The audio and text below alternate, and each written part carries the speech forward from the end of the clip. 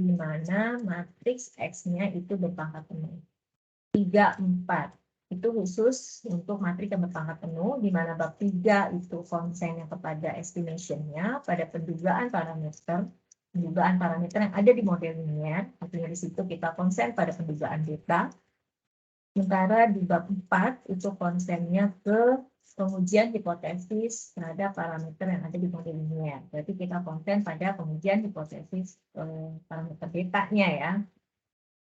Nah, pengujian hipotesis di sini ya, yang pertama kita sudah bahas bagaimana kita yang pertama itu konsen kepada pengujian kelayakan model ya, kelayakan model atau kecocokan atau model yang kita spesifikasikan itu useful atau enggak, ya, fit atau enggak dengan data yang kita punya.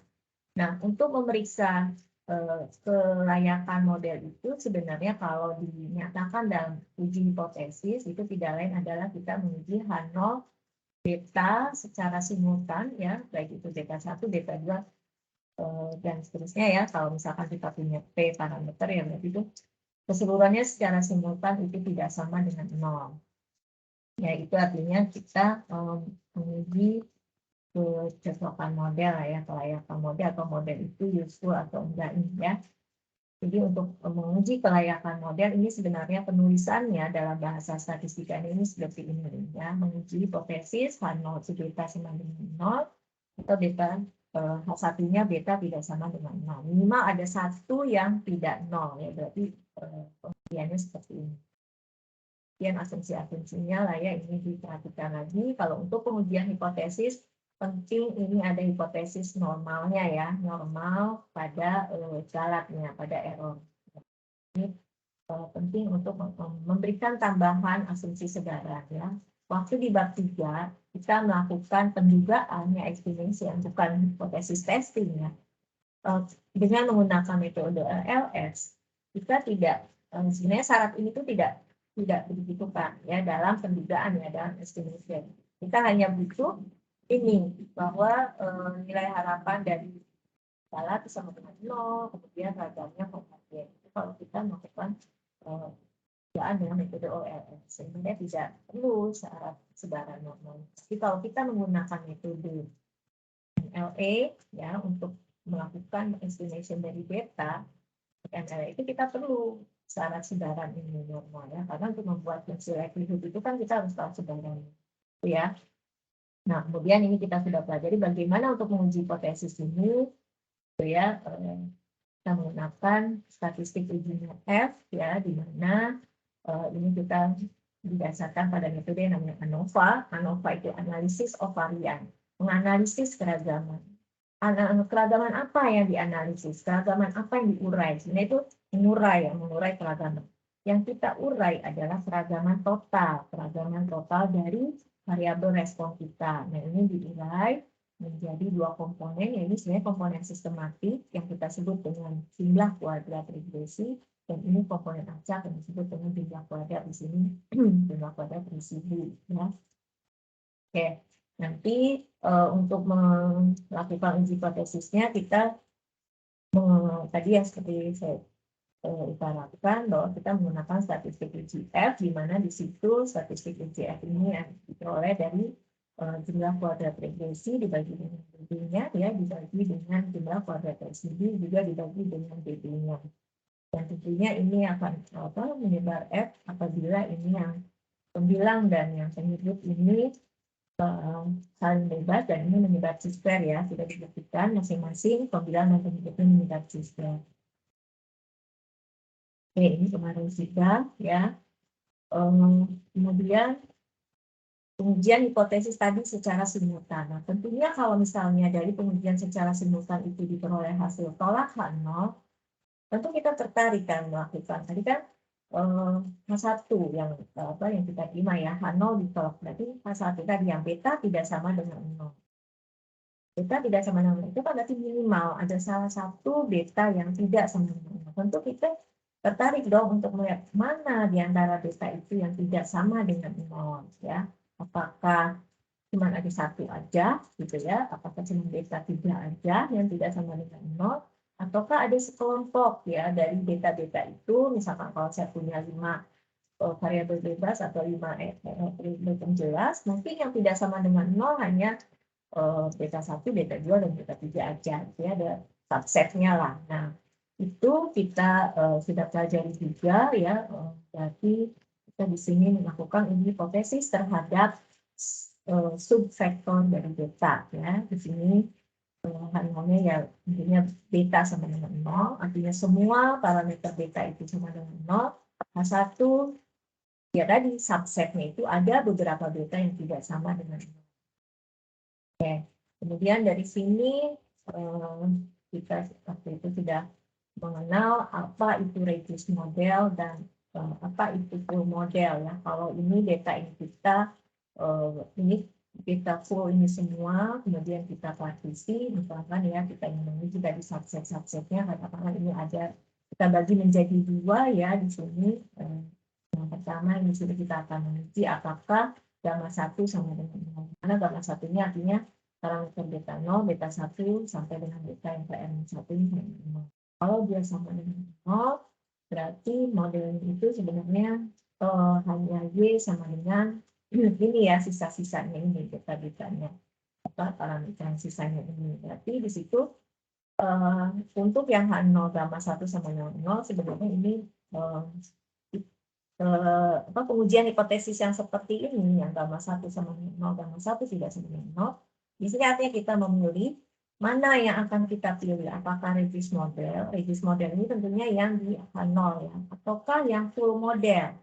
Ya, radius model ini yang di H0, karena tadi ini gamma 1 sama dengan 0, berarti hanya tinggal ini saja kan parameter-parameter. Ini di atas ini semua sama dengan 0. Berarti di sini kita memilih antara radius model kah ataukah yang full model.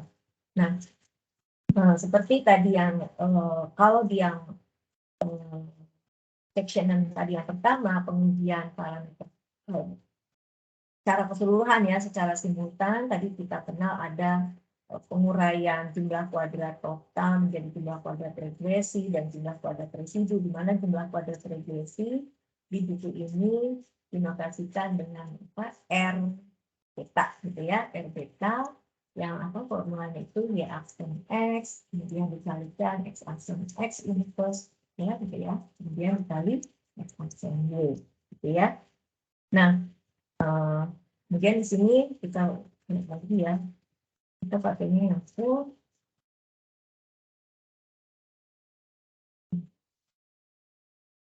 Ini ya, ini jumlah kuadrat regresi yang di sini. Y aksen X, X aksen X, equal X aksen Y, di mana matriks X-nya ini adalah elemen-elemennya itu full ya, semua, termasuk yang intersect-nya juga ya, jadi ada 1, 1, 1 di kolom yang pertama, dan yang berikutnya mengikuti lah ya, kolom kedua dan seterusnya untuk nilai-nilai amatan dari F1, F2, dan seterusnya. Itu ya, ini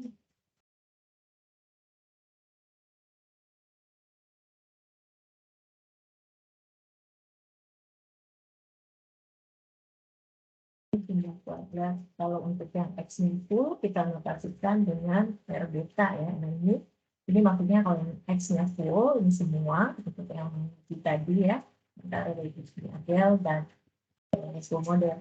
Kalau yang tadi yang di bagian pertama, karena menguji secara simultan H0 beta sama dengan atau beta tidak sama dengan 0, di statistik F-nya gitu ya, di bagian pembilangnya itu jumlah kuadrat regresinya. Berarti kita menggunakan yang ini ya, yang X-nya itu semuanya.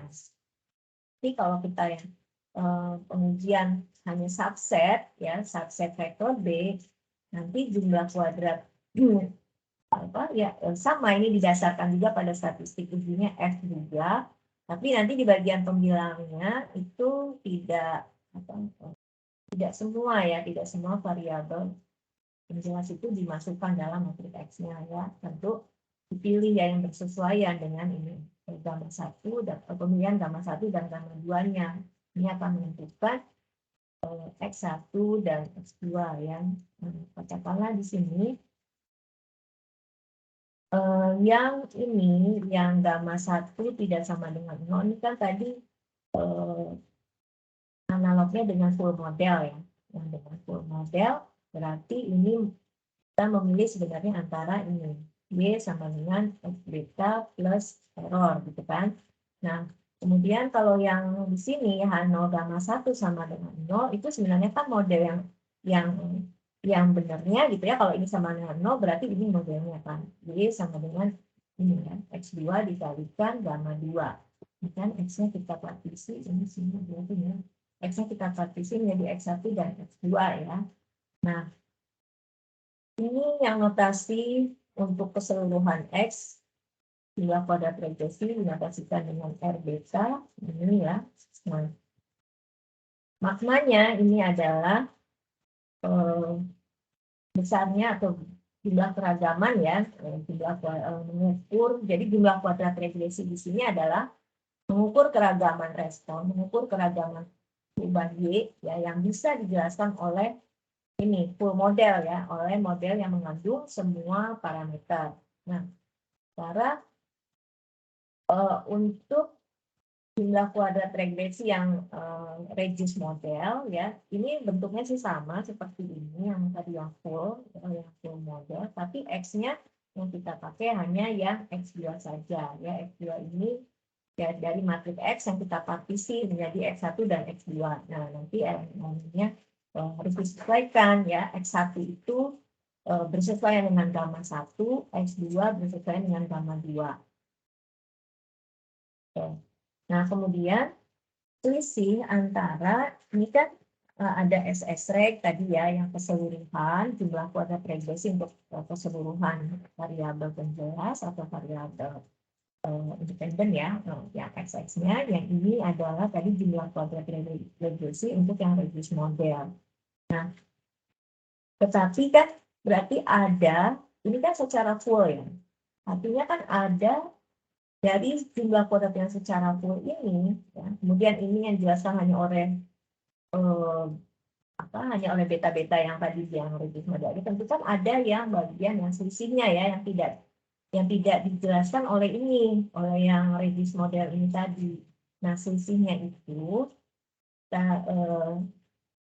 kita notasikan dengan R gamma 1 given gamma 2. Ini artinya jumlah kuadrat regresi ya, yang jumlah kuadrat regresi keseluruhan ya, maksudnya ini yang tidak bisa dijelaskan oleh Regis model gitu ya. Nah, makanya di sini ada selisih antara jumlah kuadrat ini yang full, model full, dengan kemudian ini jumlah kuadrat yang dijelaskan oleh Regis model, maka selisihnya ini menunjukkan bahwa besarnya keragaman Y ya. Nah, ini tapi tidak acak ya sifatnya besar, karena kan yang bagian komponen regresi itu sebenarnya merupakan sistematik, yang residu itu yang acak. Nah, ini sebenarnya minggu lalu sudah digambarkan ya, misalnya di whiteboard saya tambahkan tulis gitu kan. Jadi kalau misalnya ada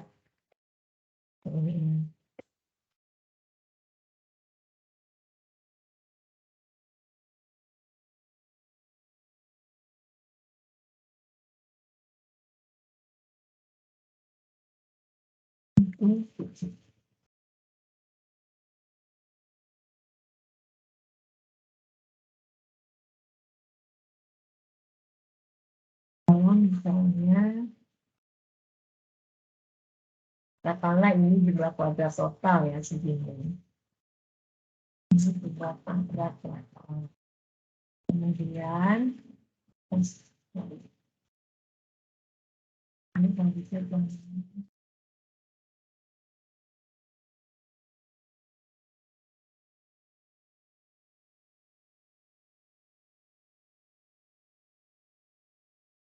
kita kan pinginnya kalau misalnya jumlah kuadrat error itu pinginnya porsinya tentu lebih kecil.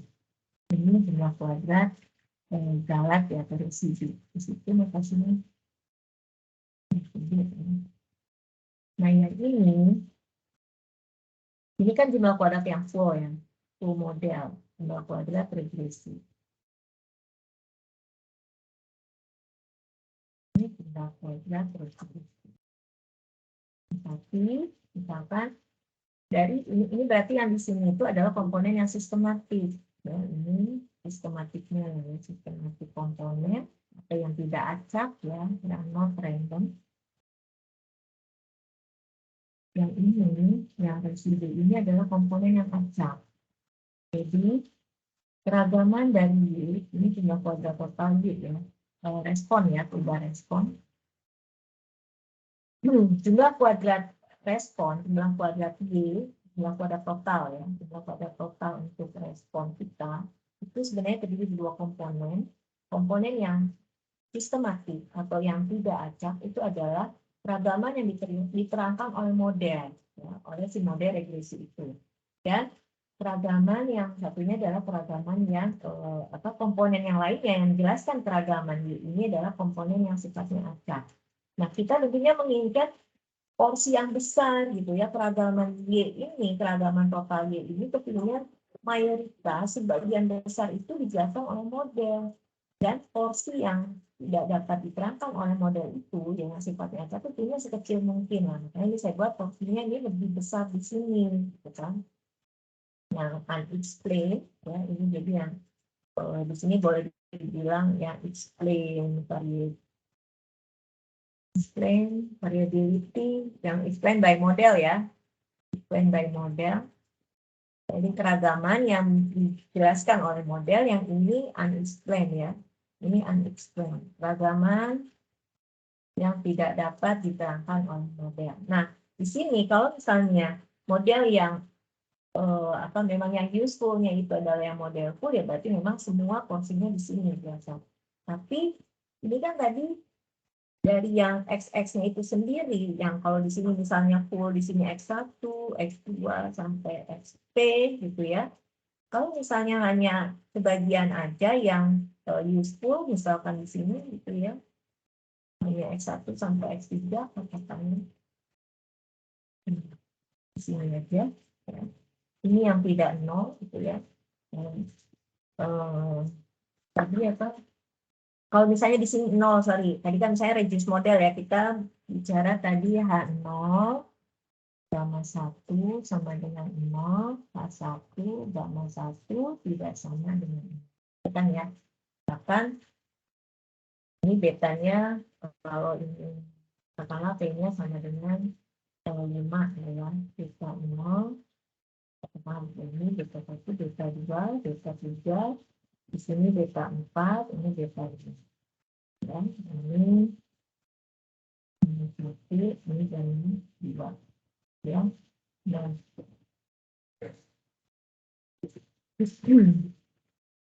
di sini yang reduce model ya, H0 gamma 1, berarti ini Y sama dengan apa berarti?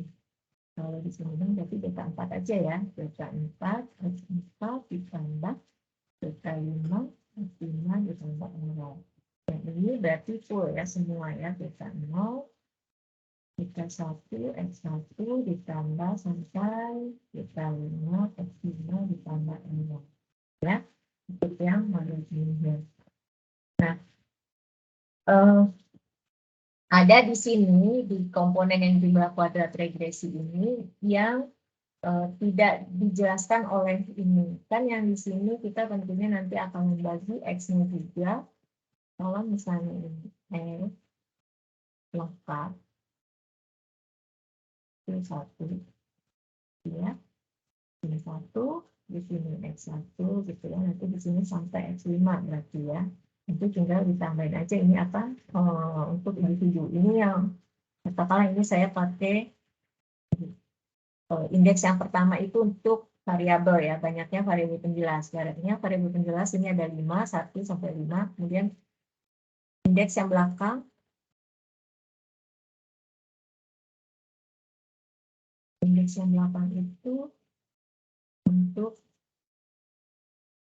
objek ya. Jadi di sini misalnya X11, X12 sampai X1N.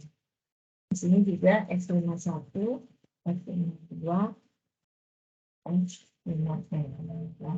Boleh juga kalian tukar lah ya, asal konsisten aja. Misalnya indeks yang pertama, kalian mau untuk objek dulu, yang belakang untuk yang peubahnya. Berarti nanti di sini kan X11, X21 gitu ya, X22, di sini nanti tentunya XN2 ya, dia kayak gitu ya.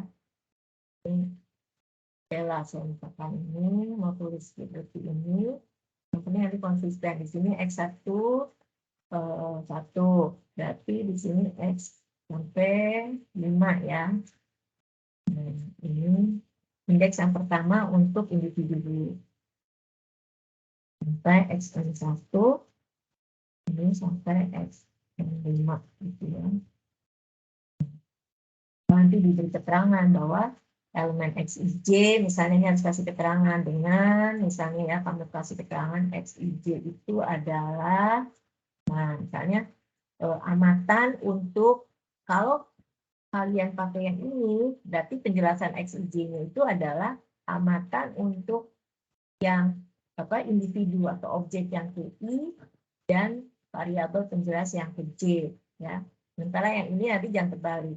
XIJ I-nya itu tadi ini I-nya apa, sorry. I-nya tadi yang di sini I-nya untuk variabel penjelas ya. Kalau yang di sini I-nya untuk objek.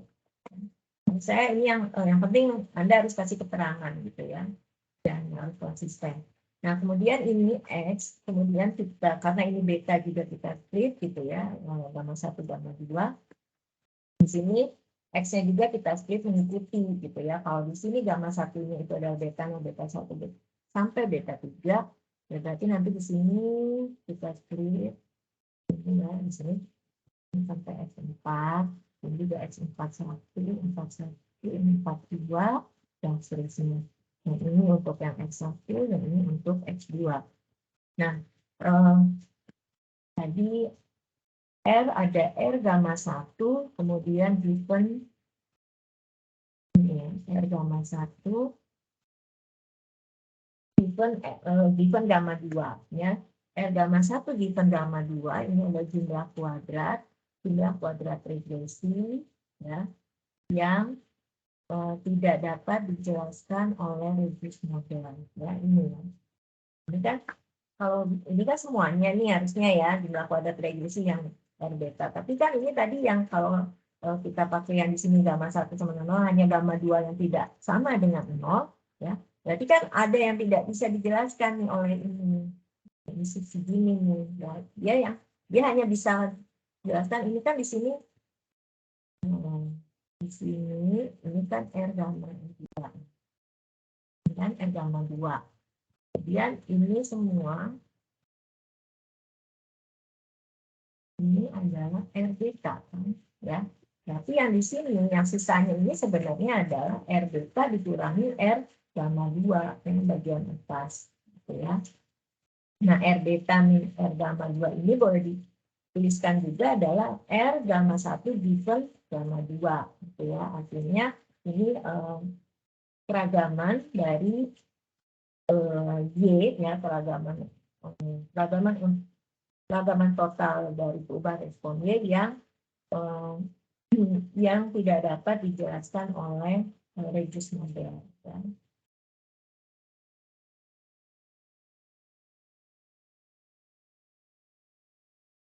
Besarnya ini ya, besarnya keragaman respon berdasarkan keragaman Y ini yang tidak acak, artinya that is not random, tetapi tidak dapat dijelaskan atau tidak dapat diperhitungkan oleh reduced model. Ya. Nah, ini kita tuliskan jumlah kuadrat untuk regresi pada gamma 1 given ya, jika ini diketahui gamma 2. Ini RBK dikurangi R gamma 2. Nah, di sini nanti untuk mengujinya ya, menguji ini jumlah kuadrat ini akan dibutuhkan untuk menguji hipotesis tadi ya, untuk pemilihan antara ini yang reduced model yang Y sama X2 gamma 2 dan yang full model ini akan dibutuhkan ya, yang ini besaran ini ya, jumlah kuadrat yang tidak bisa dijelaskan oleh gamma 2 tadi. Nah, ini akan dibutuhkan pada saat kemungkinan statistik tekniknya. Jadi di sini nanti kemudian hipotesisnya. Nah ini ya, ini untuk menguji subvektor tadi kita butuhkan jumlah kuadrat ini ya, n gamma 1 division gamma 2. Nah dibagi sigma kuadrat ini karena supaya mendapatkan statistik T-square ya. Jadi kita bagi dia dengan T-square dan db-nya, dibagi dengan sigma kuadrat ya. Jumlah kuadrat ini R ini tadi gamma 1 gamma 2 kalau kita bagi dengan sigma kuadrat dan juga dibagi dengan db-nya gitu ya, dia akan menjadi T-square. Nah, ini karena ada sigma kuadrat di bawah juga ada sigma kuadrat kan berarti bisa saling menghilangkan ya. Sehingga untuk menguji gamma 1 sama dengan 0 ini atau tadi gamma 1 tidak sama dengan 0, yang kita gunakan adalah statistik X seperti ini ya. Jumlah kuadrat gamma 1 division gamma 2 dibagi dengan db. Ini banyaknya parameter ya yang ada di subset itu ya. Jadi gamma 1 itu ada berapa? Dan sebanyak R kan tadi yang bagian atasnya di gamma 1. Nah, ini akan menjadi R dengan db-nya R dan P. Pembilang dan penunjuknya. Nah, sehingga nanti yang kita bisa buatkan tabel anakannya seperti ini ya, menguraikan jumlah kuadrat regresi. Jumlah kuadrat regresi ini ada yang full model ya. Full model itu kita hitung tadi yang berdasarkan menggunakan X-nya yang full ya, Y aksen X, kemudian X aksen X inverse kali X aksen Y gitu kan ya, yang kemudian dari yang full ini kita yang berdasarkan jumlah kuadrat yang reduce model ini yang tadi menggunakan X itu hanya 2 aja ya, sesuai dengan gamma 2. Kemudian ini yang gamma 1 expression of gamma 2 ini tinggal tadi yang selisihnya itu ya, dari beta dikurangi dengan. Dan ini untuk yang residual tinggal dikurangi aja ya. Jumlah kuadrat total dikurangi dengan jumlah kuadrat regresi yang full ini. Ini tambah ini harus sama dengan ini ya. Nah ini yang Y aksennya ini yang kita sebut dengan jumlah kuadrat total tidak terkoreksi. Ya. Bisa dilihat kemarin sudah kita bahas ya contohnya. Nah ini variabelnya ada 3, variabel penjelasnya 3, itu ya S1, S2 dan S3. Dan ini gamma 1, gamma 2 kita akan memilih apakah yang reduce model ini berarti ini kan beta 0. Apakah yang akan kita pilih adalah model yang Y sama dengan beta 0 ataukah yang full Y sama dengan beta 0 plus beta 1 S1 plus beta 2 S2 dan beta 3 S3 ya. Apakah ini model ini yang reduce atau yang full.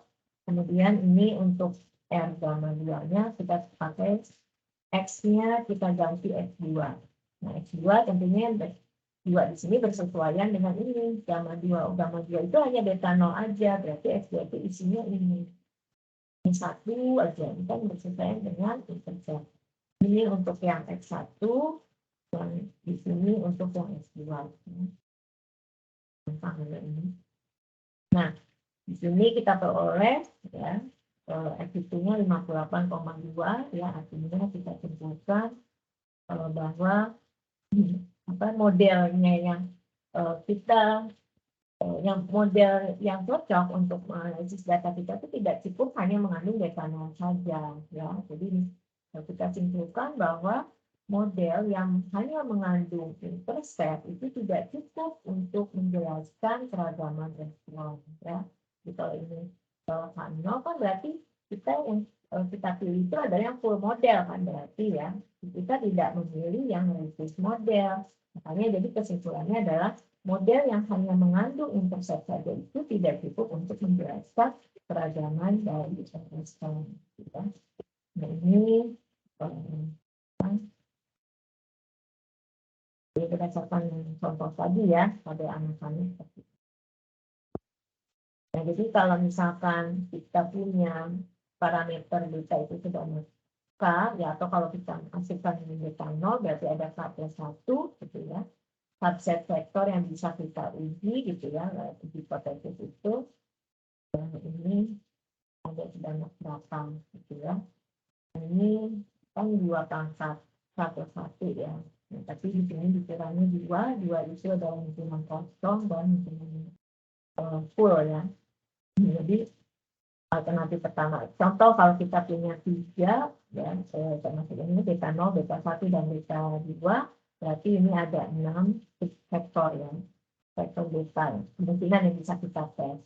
Ini gambar yang pertama ini beta 0 sama 1-nya beta 0, yang kedua gamma 1-nya beta 1, yang ini gamma 1-nya beta 0 dan beta 1.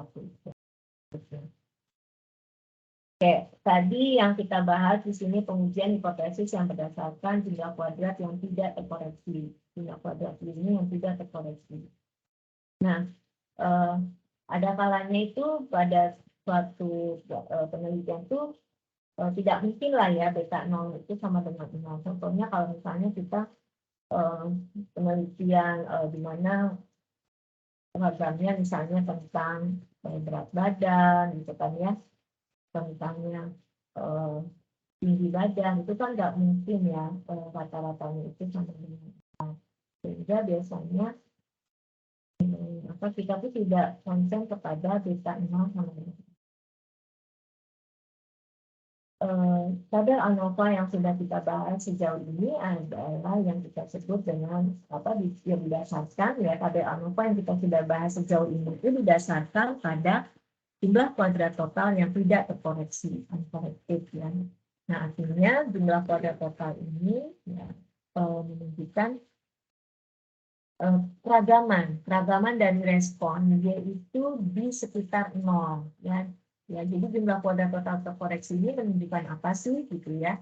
Total jumlah kuadrat itu menggambarkan keragaman dari peubah Y ya. Jadi kalau misalnya kan kita lagi bicara Y-nya itu adalah berat badan ya, berarti keragaman dari berat badan itu di sekitar di sekitar 0 gitu ya. Nah, ini yang namanya jumlah kuadrat total tidak terkoreksi ini menunjukkan keragaman dari Y di sekitar 0 ya, about 0. Nah, jadi ini kondisi ini tuh memungkinkan kita tadi untuk melakukan hipotesis ya, menguji hipotesis ini beta sama dengan 0, di mana ini termasuk di dalamnya ada beta 0 juga kan, beta 0 sama dengan 0 gitu kan.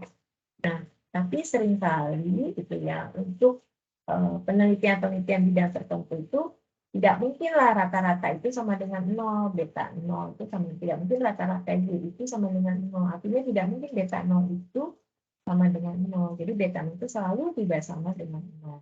Jadi kalau udah jelas bahwa beta 0 itu tidak sama dengan 0 ya, pernyataan kita ya dari beta-beta ini gitu ya, yang sisanya itulah yang regresornya. Sebenarnya ubah penjelas mana atau regresor yang mana sih yang penting gitu ya dalam model kita itu ya, in the presence of an intercept, maksudnya sudah jelas lah interceptnya itu tidak sama dengan ini kita keluarkan lah ya, makanya kita kurangi dengan ini faktor koreksi ya, di mana faktor koreksi ini adalah X2-nya itu isinya 1 semua ya, jumlah kuadrat ini jumlah kuadrat totalnya ya nanti akan dikurangi dengan faktor koreksi ya. Jumlah kuadrat total ini kan yang total tidak terkoreksi yang dikurangi dengan ini faktor koreksi ya. Faktor koreksi ini sebenarnya yang tadi jumlah kuadrat di sini ya, X-nya ini isinya hanya 1 semua ya, karena bersesuaian dengan beta 0. Ya, ini kalau kita jumlahkan gitu kan, Y aksen Y di mana ini hanya gamma 2 itu isinya hanya 1 semua ya. Ini nanti R gamma 2 itu kan Y aksen gitu ya. Y aksen X2 berarti kan ini R gamma 2 itu maksudnya Y aksen X2 dikalikan X2 kali X2 aksen kali X2 inverse, kemudian nanti X2 aksen kali Y. Nah, ini akan menghasilkan ini ya kalau Anda uraikan sigma Y kuadrat dibagi N. Ini tadi yang di atas tadi ya untuk yang uncorrected, tidak terkoreksi. Nah, kemudian sekarang kalau yang terkoreksi itu gimana? If it is assumed ya, kalau misalkan diasumsikan dari suatu pertimbangan ilmiah lah ya, bahwa tidak mungkinlah beta 0 itu sama dengan 0, artinya beta 0 itu tidak sama dengan 0. Sehingga ya, dan oleh karena itu there is no interest in testing H0 beta sama dengan 0. Jadi kalau misalnya ada pertimbangan bahwa beta 0 itu tidak sama dengan 0, maka ya kita tidak interest lah untuk menguji apakah H0 beta 0 sama dengan 0 atau tidak. Dan kemudian maka prosedur yang kita gunakan adalah yang untuk menguji kepentingan atau kebermanfaatan dari regresor yang ada ya. Karena interceptnya ini sudah in the presence of an intercept dengan kehadiran intercept. Jadi udah pastilah ada interceptnya. Interceptnya itu tidak sama dengan. Jadi sebenarnya nanti yang kita lihat ya bukan mengukur keragaman total Y di sekitar 0, tapi nanti yang akan kita lihat adalah ya keragaman dari Y di sekitar nilai rata-ratanya itu tidak sama dengan 0. Jadi kalau Y aksen Y ini kan keragaman di sekitar 0 ya, di sekitar nilai harapannya itu 0. Nah sekarang dengan mengasumsikan ya bahwa kalau tadi beta-nya itu sama dengan 0, itu maknanya itu adalah untuk mengacu ke hanya perubahan penjelas saja ya. Jadi 0 beta sama dengan 0 itu adalah untuk tidak adanya ini X1, X2, berarti kan beta 1, beta 2, beta 3-nya yang sama dengan 0, tapi beta 0-nya sih udah pasti tidak sama dengan 0. Maka di sini sebenarnya adalah Y-nya itu nanti ya kita melihat keragaman dari Y di sekitar nilai rata-rata yang tidak zero. Nah, ini formulanya ya. Jadi sigma kuadrat Y-nya itu dikurangi oleh faktor koreksi yang tadi kita berikan keragaman juga. Ini ya. Y aksen Y dikurangi R yang kedua ini disebut dengan jumlah kuadrat total terkoreksi. Ini jumlah kuadrat total terkoreksi. Nah, yang di sininya, yang R gamma 2-nya, ini yang disebut dengan faktor koreksinya. Faktor koreksinya.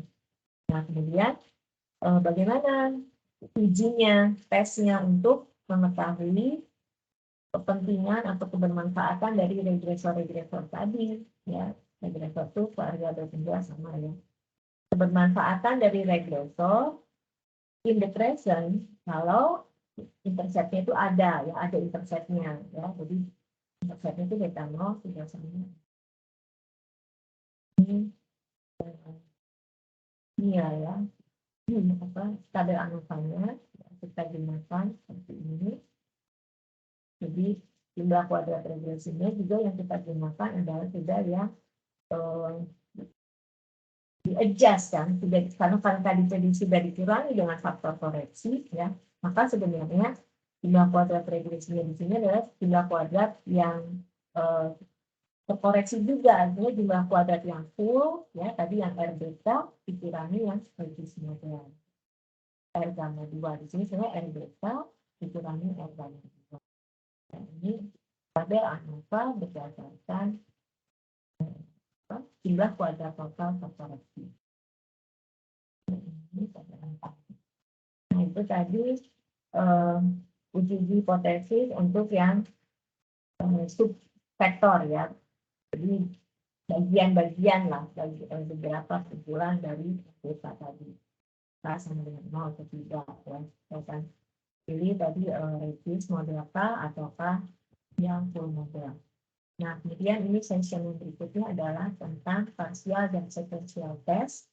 Jadi kalau ini juga disebutkan di sini bahwa pada sesi sebelumnya gitu ya kita bahas metode untuk menguji any subset of parameter ya, barang parameter.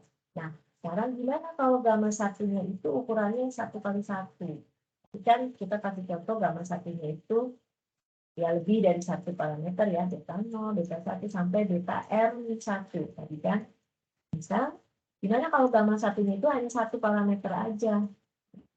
Ini 1 parameter yang akan kita uji gitu keberadaannya di dalam model in the presence of all the others ya. Jadi dari semua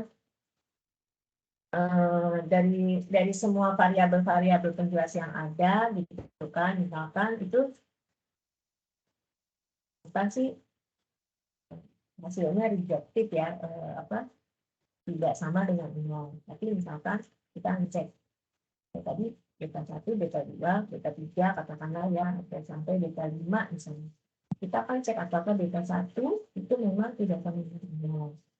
Apakah beta 2 yang tidak sama dengan ini. Karena kan minimal ada salah satu saja yang tidak 0 akan menghasilkan kesimpulannya secara keseluruhan itu tidak sama dengan 0 gitu kan. Ini kita ingin cek ini satu aja gitu ya, tinggal parameter aja. Nah ini disebut dengan partial F-test ya, memiliki satu atau single parameter. Kita memiliki single parameter, kita akan uji signifikansinya ya pada model ya. Apabila dalam model tersebut secara simultan parameter tersebut secara simultan secara keseluruhannya itu signifikan gitu ya. Jadi makanya in the presence of all the other ya, apabila secara simultan keseluruhan parameternya tersebut itu adalah signifikan. Tapi ini kita ingin lihat apakah satu parameter tertentu pada kumpulan-kumpulan parameter tadi itu secara mandiri ya, secara sendiri itu sifatnya signifikan atau tidak. Nah itu yang disebut dengan partial test ya. Nah, partial test ini juga nanti akan didasarkan pada statistik ujinya itu statistik uji F. Makanya di sini juga disebutnya dengan partial F test. Jadi kalau misalnya model itu ada sebanyak P parameter, berarti partial test yang bisa dilakukan ya sebanyak P juga ya. Jadi ada sebanyak P partial test yang bisa dilakukan, kan? Nah, tapi tes-tes ini kan tadi ada sebanyak P ya, ada sebanyak P partial test yang bisa dilakukan. Nah, tes-tes ini tuh tapi tidak didasarkan, tidak berarti bahwa ini tuh kalau dijumlahin, kan ini kan sebanyak P ya. Kalau misalkan saya punya ada K ini ya, jadi ini kan ada sebanyak kan 1, 2 sampai K plus 1 di sini beta 0 ya maksudnya, ini sama dengan P. Jadi di buku ini tuh banyaknya variabel penjelas dinotasikan oleh K. Nanti kalau termasuk intercept berarti kan K plus 1. Nah, K plus 1 di sini dinotasikan sama dengan P. Nah, artinya ada sebanyak P partial test yang bisa dilakukan. Yang pertama, menguji beta 0 sendiri. Beta 0 di mana sudah atau keberadaan variabel-variabel lainnya itu sudah ada gitu dalam model ya, berarti di sini given beta 1, beta 2 sampai beta yang kita tanpa beta 0 ya. Kemudian kita menguji juga signifikansi dari beta 1 ya, beta 1 di mana itu memang sebenarnya secara keseluruhan tuh signifikan ya, artinya given yang lain-lainnya tuh ada yang perubahan-perubahan yang lainnya itu yang perubahan sisanya itu memang signifikan gitu, memang layak dimasukkan dalam model in the present. Makanya in the present di sini kan ada kalimat in the present of all the others. Jadi kalau kita misalnya menguji signifikansi untuk beta 1 sendiri gitu ya, di antara variabel-variabel yang lain itu dan signifikan secara simultan. Nah, makanya di sini beta 0, beta 2 tanpa beta 1 tentunya ya, karena itu beta 1 yang mau kita uji gitu kan, apakah keberadaan beta 1 di antara beta-beta yang ini tuh signifikan atau enggak gitu kan. Kalau secara keseluruhan kan ini signifikan, beta 0, beta 1 dan seterusnya. Tapi kita yang menguji secara sendiri gitu, keberadaan beta 1 itu menjadi apakah signifikan di antara beta-beta yang lainnya, di antara beta 0, beta 2 dan seterusnya. Nah, karena ada sebanyak P ya berarti ini partial testnya banyak juga. Ini jumlah kuadrat untuk yang beta 0, beta 1 dan lainnya, gitu kan. Yang ini untuk yang uji beta 1, beta 2 dan seterusnya. Tetapi jumlah kuadrat ini ya untuk masing-masing ini kalau dijumlahkan itu tidak sama dengan jumlah kuadrat regresi yang tadi jumlah kuadrat yang X-nya flow itu ya yang X-nya 1. Partial test tadi ya juga didasarkan pada jumlah kuadrat yang kalau kita tambahkan itu akan menjadi jumlah kuadrat regresi yang full model. Ya, artinya ini tidak seperti ini ya. Nah, dengan kata lain ya sebagai akibatnya di sini jumlah kuadrat ini ya itu akan dan uji F parsial yang dihasilkan ini artinya tidak saling bebas ya. Karena kalau saling bebas ini harusnya ini bisa dijumlahkan R beta jumlah kuadrat yang full model ini akan sama dengan yang di sini ya. Dan sehingga hal ini tuh akan membuat interpretasi dari uji F tersebut tuh sulit katanya ya karena adanya kondisi yang tidak saling bebas tadi. Oke, masing-masing di sini akan memberikan informasi terkait dengan pentingnya dari satu parameter tertentu di model ya yang sudah mengandung parameter-parameter lain sisanya ya ini ya. Jadi ini R beta 0 given beta 1 artinya dia memberikan informasi terkait pentingnya parameter beta 0 apabila parameter beta 1, beta 2 dan lain itu memang signifikan di model. Terus kalau yang ini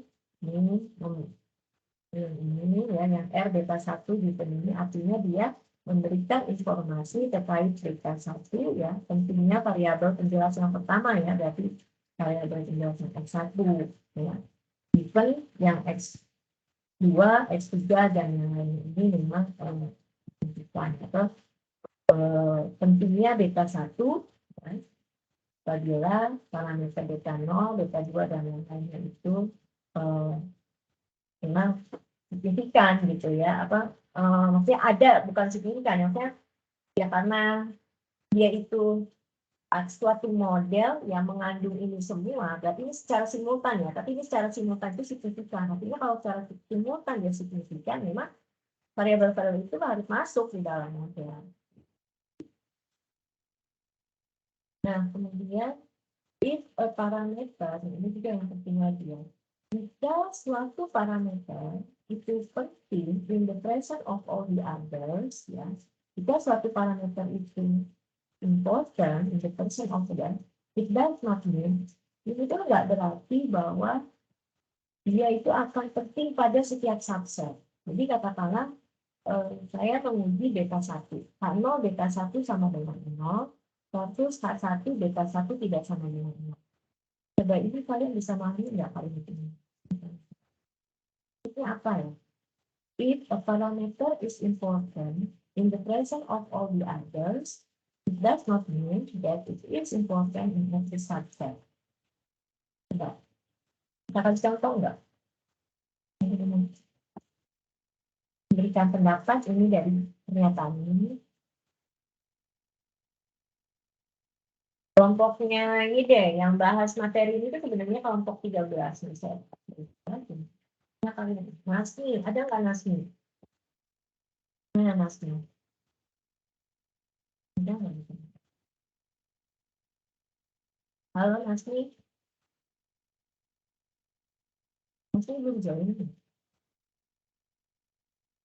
Mana Nasmi? Kevin, Nasmi belum join ya Kevin? Hilmi ada ya, Hilmi. Hilmi. Ini kelompoknya Hilmi, Nasmi, sama Zikri. Ini ngebahas tentang parsial dan sekuensial test di materi ini. Mana nih? Hilmi ada nggak?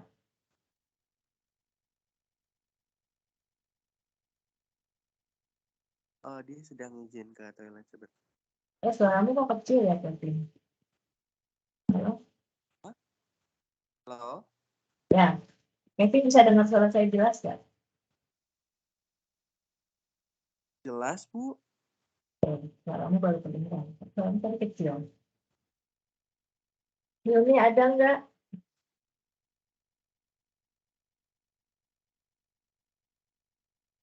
Cuma join aja nih.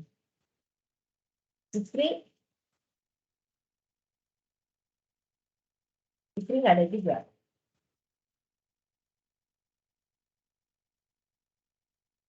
Ini jangan sampai saya ngomong sendiri ya. Saya ngomong sendiri, kalian cuma join aja tapi nggak ada di situ. Gitu. Saya pahami. Ini nih kalau online ini penyakitnya kayak gini. Saya nggak tahu kamu paham apa enggak. Giliran ujian jawabannya kemana-mana itu.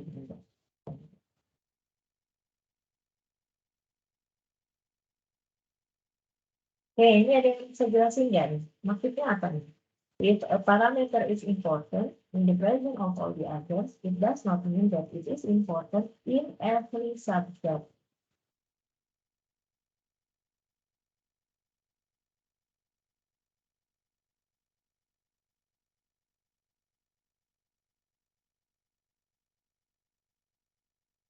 Tiang mana tiang?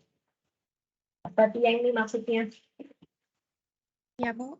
Ya, coba kamu jelasin. Ini nih, di sini. Untuk uji potensi ini ada kalimat ini nih tadi.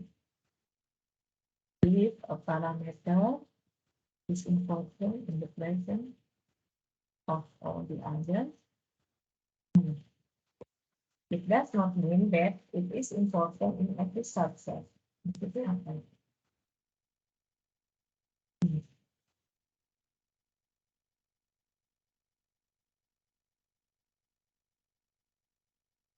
Apa nih maksudnya? Ada contohnya? Ya.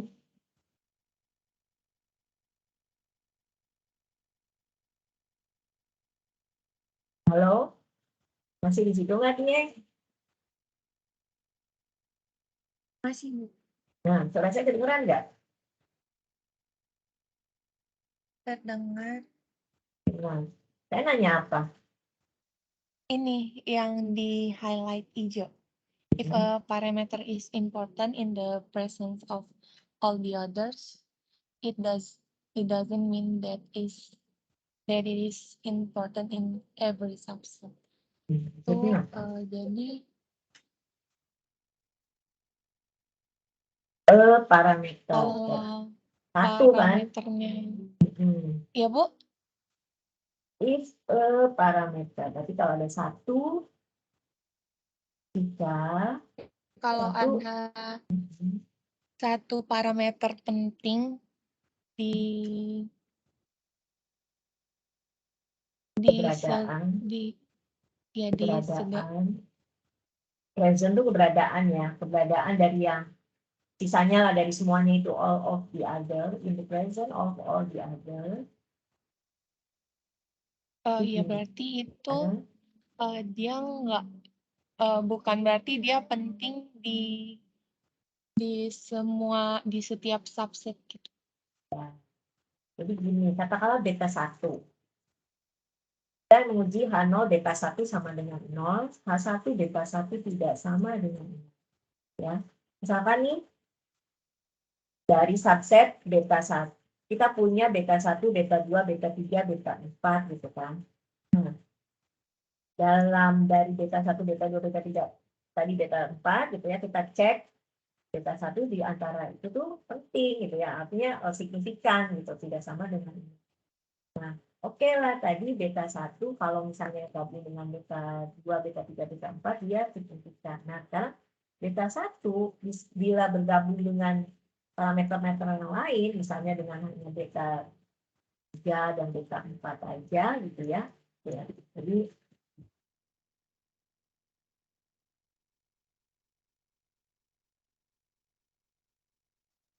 gini ya.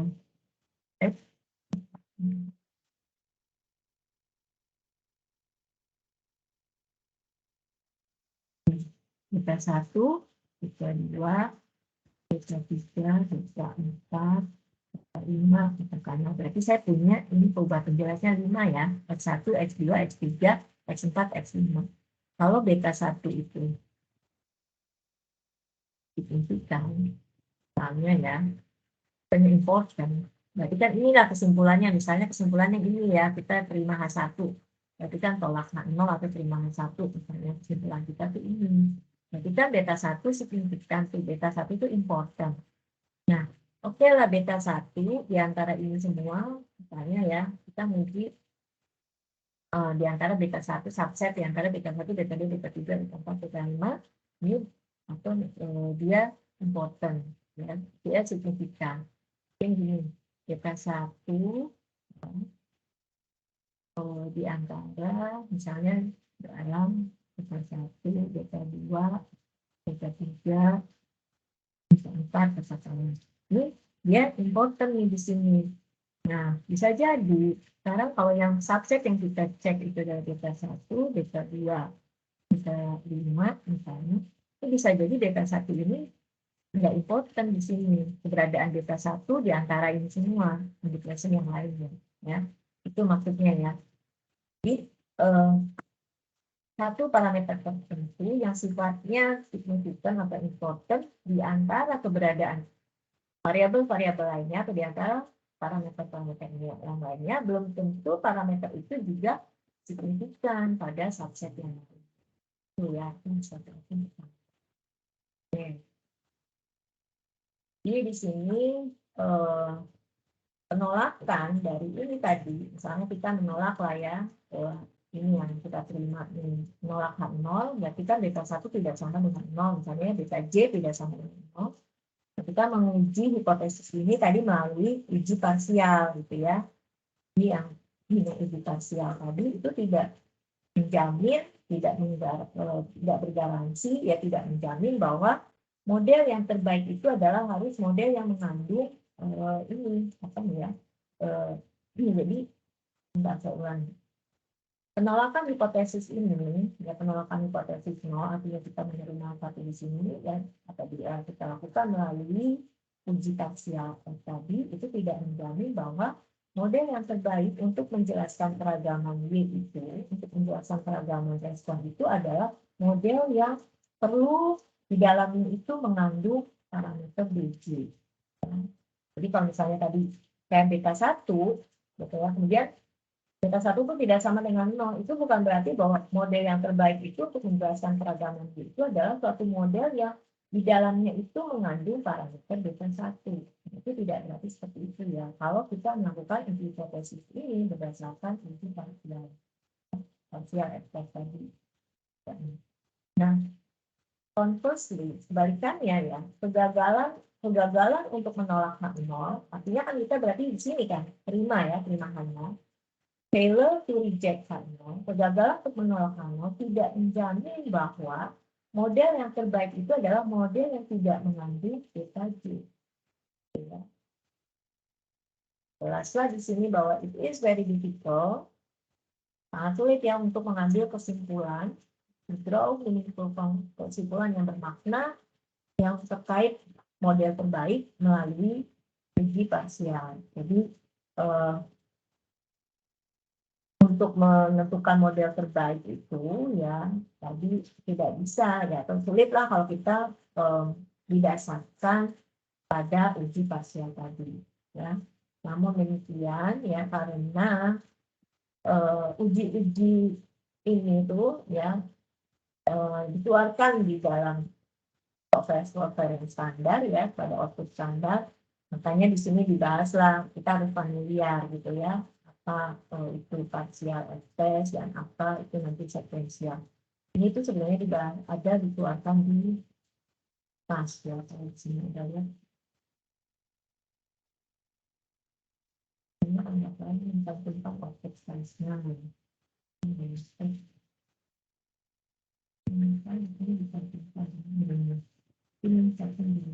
Walaupun nggak belajar tentang size ya.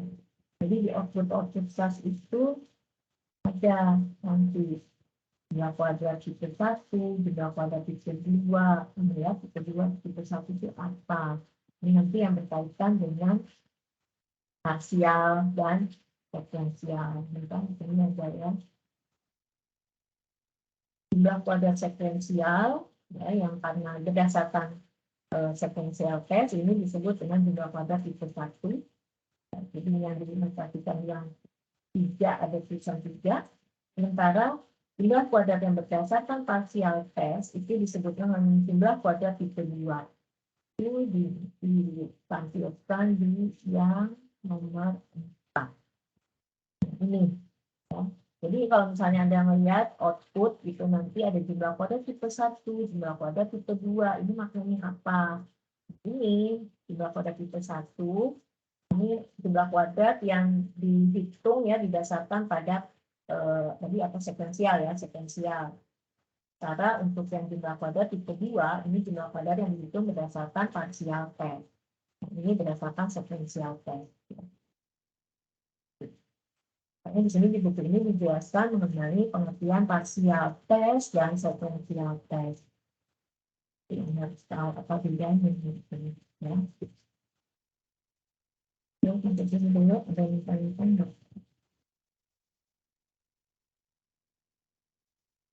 Jadi itu sebenarnya partial test dan sekuensial test itu juga yang menguji untuk masing-masing parameter ya, menguji signifikansi dari satu parameter.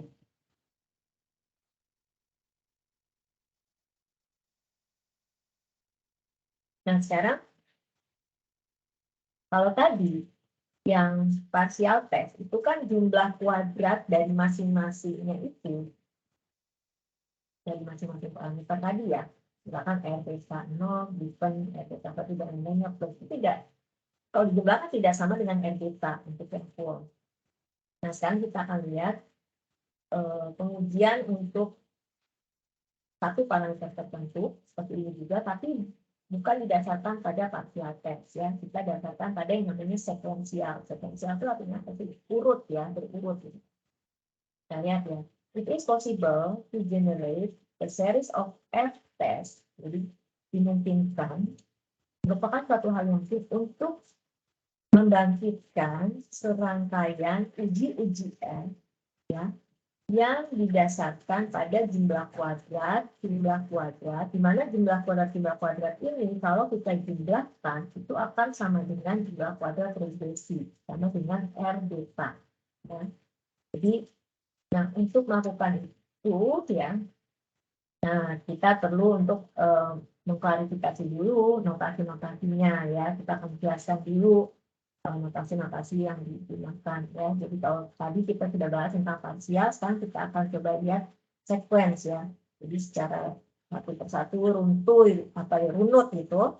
Ini kalau kita jumlahkan nanti ini akan sama dengan R beta. We are dealing ya, kita akan berhadapan dengan serangkaian model with a series of models ya that progress ya, yang semakin apa ya, semakin kompleks ya, dimulai makin maju di sini yang progres dari mulai model yang paling simple sampai ke model yang paling kompleks. Model yang paling simple itu adalah model yang hanya mengandung intercept ya.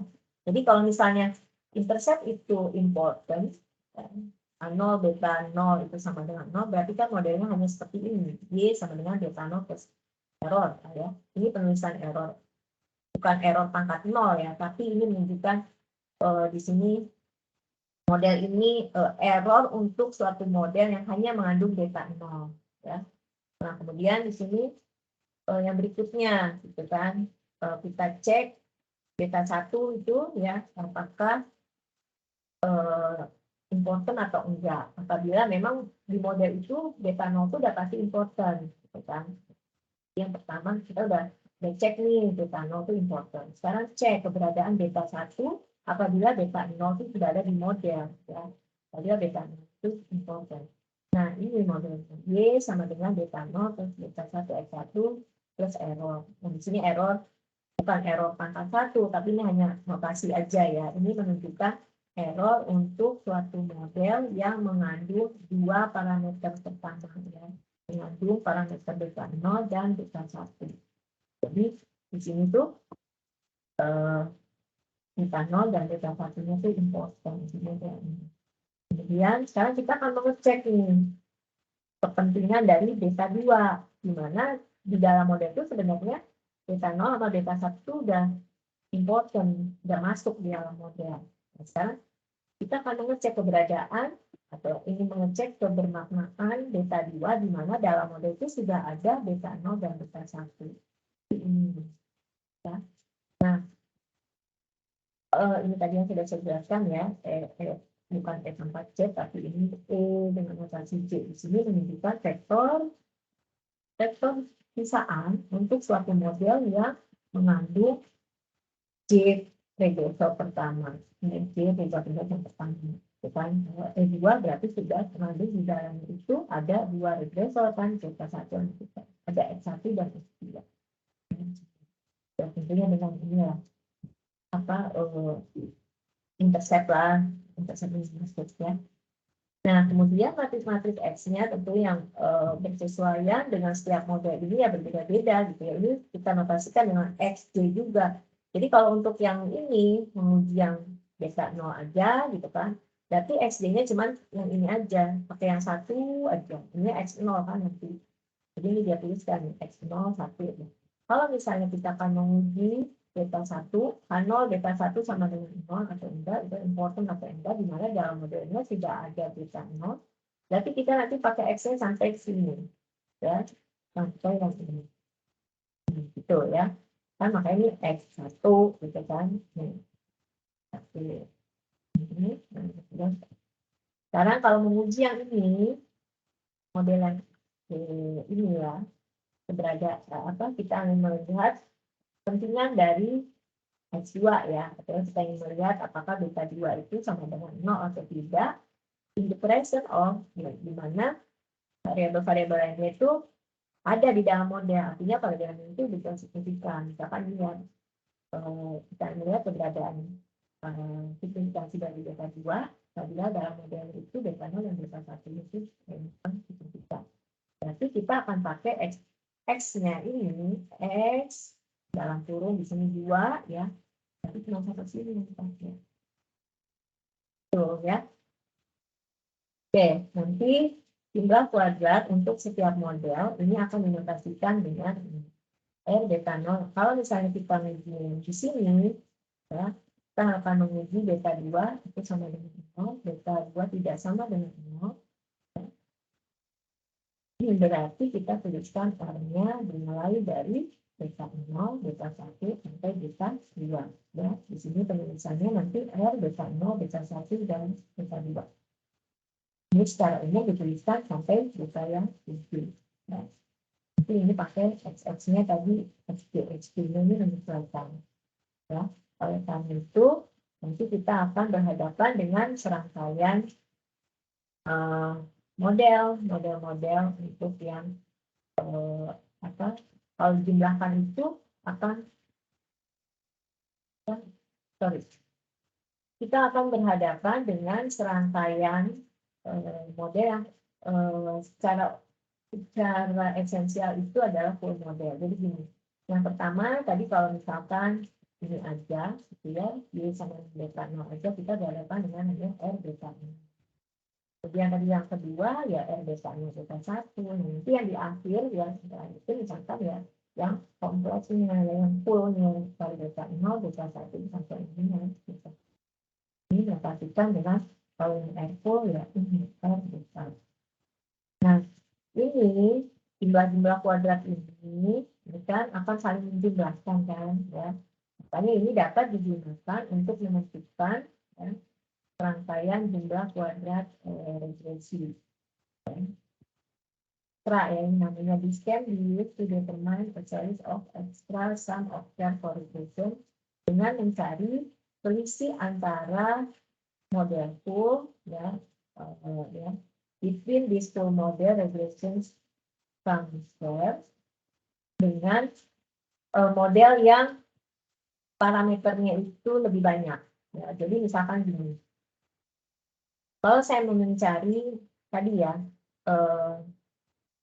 signifikansi dari beta 1, apabila di model itu sudah ada beta 0, berarti ini kan tadi sampai R beta 0 beta 1 kan.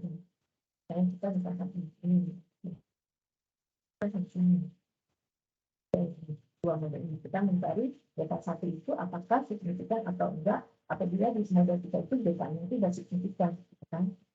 Berarti penambahannya, maksudnya penambahan beta 1 given di model itu ada beta 0. Kalau di sini R beta 1 given beta 0, ini bisa kita cari dari yang total itu lengkap, R beta 0 beta 1 dikurangi R beta 0. Ini melihat penambahannya gitu loh, penambahannya ya fungsinya kan, jadi kita lihat fungsinya dari yang lengkap ini dikurangi, misalnya yang baris untuk model yang kedua kan ini R beta 0 beta 1, nah kita kurangi dengan yang sebelumnya itu ini ada beta 0. Nah begitu juga kalau misalnya sekarang kita akan melihat ya kepentingan dari beta 0 ya, beta 2. K0 beta 2 sama dengan 0, K1 beta 2 tidak sama dengan 0. Ya. Berarti di sini kita melihat jumlah kuadrat dari kan sampai sini. Yang ketiga berarti. Sekarang kita lihat yang ketiga. Di sini. Ya. Artinya kita akan melihat beta 2, K0 beta 2 sama dengan 0, K1 beta 2 tidak sama dengan 0. Kita akan melihat di mana kalau di model itu kita tambahkan X2. Ya, artinya X2 itu parameternya yang berarti beta 2 ya. Kalau di model itu tuh beta 0 sama beta 1 sudah ada. Beta 0 dan beta 1 itu sudah signifikan. Kalau kita tambahin beta 2, keberadaan beta 2 ini signifikan atau enggak? Tentu kita lihat kan selisihnya nih, penambahan jumlah kuadratnya itu seberapa. Nah, di sini kan tadi R beta 0 ini. Terus begitu yang kedua ini berarti R beta 0 beta 1. Dan di sini R beta 0 beta 1 beta 2. Jadi tinggal nanti dikurangin aja untuk mencari penambahan ini adalah R beta 2 given ya. Penambahan beta 2 apabila dalam model itu sudah ada beta 1, berarti ini keseluruhan ya. Kalau kita masukkan keseluruhannya ya ini dikurangi dengan yang tidak sebelumnya masuk di dalam model. Ini R beta 1. Itu juga seterusnya beta 3 ya berarti ini keseluruhan sampai beta 3, tidak beta 1 beta 3 kurangi dari yang variabel-variabel sebelumnya yang sudah ada di dalam model. Nah, ini kalau kita lihat nanti dijumlahkan ini semua gitu ya, kemudian ya penambahan-penambahan itu kita jumlahkan gitu ya, ini beta 1 di beta 0, beta 2 di beta 0 beta 1, kalau ini kita jumlahkan plus tentunya plus yang intercept saja gitu ya. Ini akan sama dengan kita. Sama dengan jumlah kuadrat referensi yang full ya untuk model ini. Jadi nanti ini jumlah kuadrat ekstra, namanya ekstra sum square ya, karena itu kan penambahan gitu kan. Jadi yang sebelumnya ubah ini terus kalau kita tambahkan gitu ya, jadi ada ekstra, itu namanya ekstra sum square ya, dan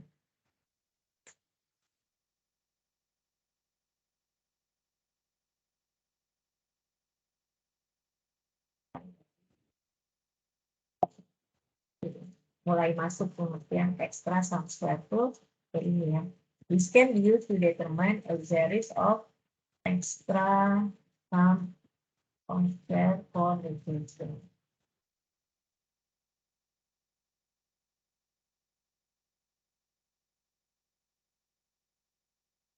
Jumlah kuadrat ekstra untuk regresi. Jumlah kuadrat ekstranya ini dicari dengan menentukan selisih antara ya, difference between full model, cari selisih antara jumlah kuadrat regression yang full model ya dengan ini yang baru ditambahin itu model. Jadi jumlah kuadrat yang regresi yang full yang tentunya parameternya lebih banyak gitu ya. As more and more parameters are added to the model dengan yang parameter yang baru saja ditambahkan kepada model. Nah ini nanti kalau kita misalnya mau menguji beta 2 saja, misalnya beta 0, beta 2 sama dengan 0, H1 beta 2 tidak sama dengan 0, dan ini menggunakan satu titik uji F2 ya, satu titik uji F-nya di sini, tapi yang di pembilangnya ini menggunakan ini tadi ekstra sampel tadi ya, R, beta J, given, beta 0, beta 1. Dibagi tentunya jumlah kuadrat residu ini dibagi dengan residunya ya. Nah, yang di atas ini sebenarnya dibagi satu ya, BD-nya itu satu yang kedua. Ini nggak dituliskan. Kalau yang di bawah kan jumlah kuadrat residu dibagi N P.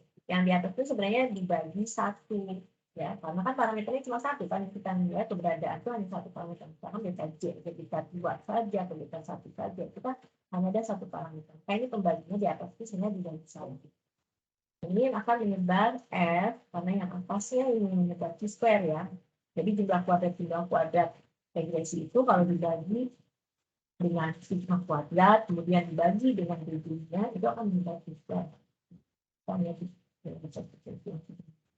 Ini menyebar F, ya, dibagi atas Q square, bawah Q square. Menyebar F dengan derajat bebasnya 1 dan P. Nah, ini statistik uji F ini bisa digunakan untuk menguji hipotesis bahwa misalkan tadi beta J itu sama dengan 0, artinya beta J itu tidak diperlukan di dalam model yang mana di model itu sudah mengandung parameter-parameter beta lainnya. Ya, ini kalimatnya ya. Jadi proses yang kita uji itu sebenarnya kita itu mengecek apakah beta J itu tidak diperlukan. Karena kalau beta J sama dengan 0, itu kan artinya tidak diperlukan ya. Hipotesis 0 kita itu bahwa beta J itu tidak dibutuhkan, tidak perlu kita masukkan pada model, di mana pada model itu sudah mengandung that already contains all of the preceding parameter yang sebelum-sebelumnya ya, tidak mengandung parameter-parameter sebelumnya. Kalau misalkan beta 2 ya berarti di model itu sudah ada beta 0, beta 1. Kalau kita mengecek beta 3, berarti di model itu sudah ada beta 0, beta 1, beta 2 ya. Nah, tes ini, uji potensi ini disebut dengan sekuensial. Bedakan itu tadi parsial dengan sekuensial ya. Yang parsial tes tadi penjumlahan itu nggak sama dengan jumlah kuadrat regresi ini. Kalau yang sekuensial ini kalau kita jumlahkan itu nah, it should be evident that the order akan satu hal yang sudah terbukti lah ya, sudah nyata bahwa urutan the order ini ya tulisan urutan di mana parameter itu gitu ya, dan data ini akan memiliki pengaruh gitu ya dalam kesimpulan yang kita ambil. Sebagai contoh, misalkan saya punya ini, jadi urutan itu akan mempengaruhi urutan variabel mana dulu yang masuk gitu ya ke dalam model, itu akan mempengaruhi kesimpulan. Sebagai contoh, saya punya di sini variabel X1, X2, X3 dan X4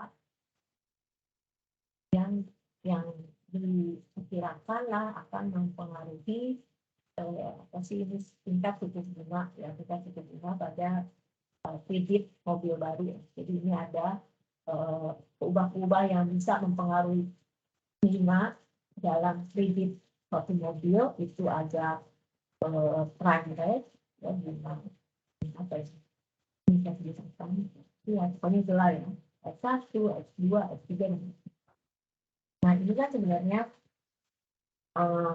nggak ada yang apa ya, tidak ada sifat urutan lah dari variabel X1, X2 ini tidak berarti bahwa ini kenapa disebut X1 bukan berarti itu lebih penting dibandingkan X2 enggak. Ini sembarang aja. Sebenarnya kalau ditaruh saya mau nulis X1-nya itu estimated inventory dulu silakan gitu ya. Ini enggak berarti ada X1 ini regressive prime rate ini ditulis duluan X1 bukan berarti ini sifatnya urutan ya. Nah, di sini ada kalimat since this variable have no natural order. Ya, variabel-variabel itu tidak memiliki sifat urutan ya secara natural. Jadi bisa aja sih kita urutannya itu sembarang. Boleh jadi estimated inventory saya tulis X1 gitu kan, itu boleh aja. Nah, it is possible that information concerning the quarter of the year is not important in the model.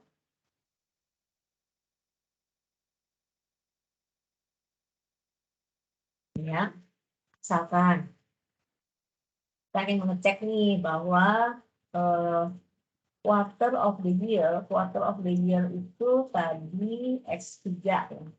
Kita akan menguji X3 itu penting atau enggak sih gitu ya. Informasi mengenai X3 ini.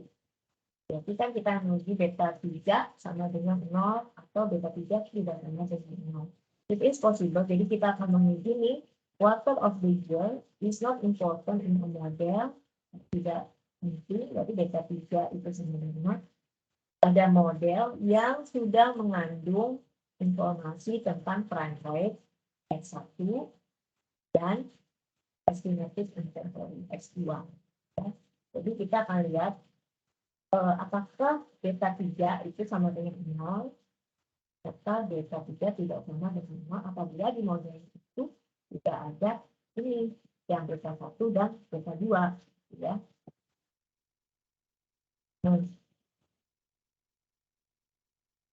Whereas sementara ya kalau tadi beta 3 di mana di modelnya itu sudah mengandung beta 1 dan beta 2 bisa jadi itu tidak mungkin. Tapi bisa jadi tadi beta 3 itu akan penting apabila di modelnya itu yang masuknya itu yang pertama adalah model prime rate dulu, itu X1, ya. Kemudian if the first to regular prime rate ini dan lokal dulu.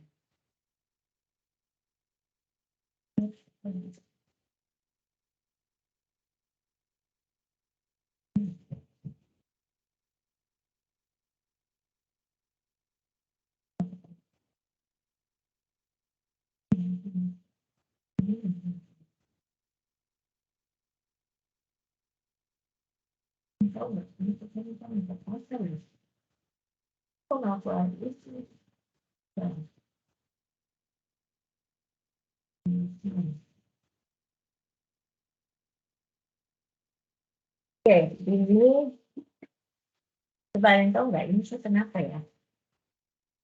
Jadi mengeluarin yang saya tadi mana? Hijau gitu kok. Jadi nggak tahu ini.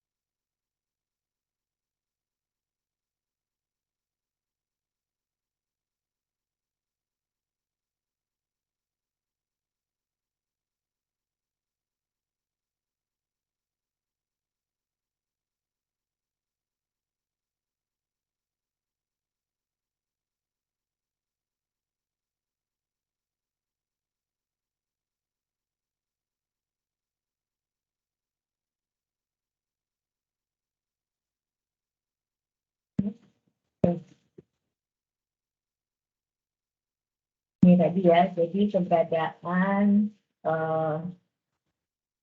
kepentingan ya dari suatu variabel itu tergantung dari perubahan apa dulu yang sudah ada, yang sudah masuk di dalam model tadi, ya. Misalkan kita melihat kepentingan dari beta 3, dimana di model tadi itu sudah masuk sampel. It is possible that information concerning the quarter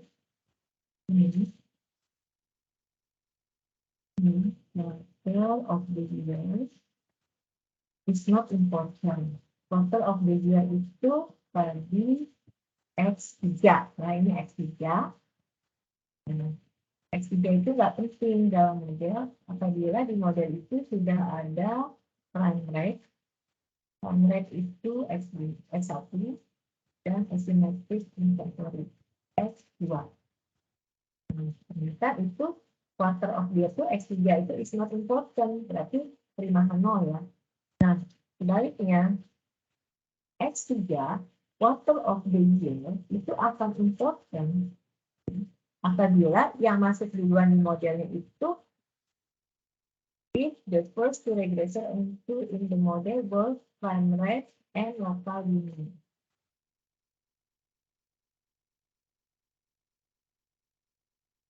Oh ya, beda.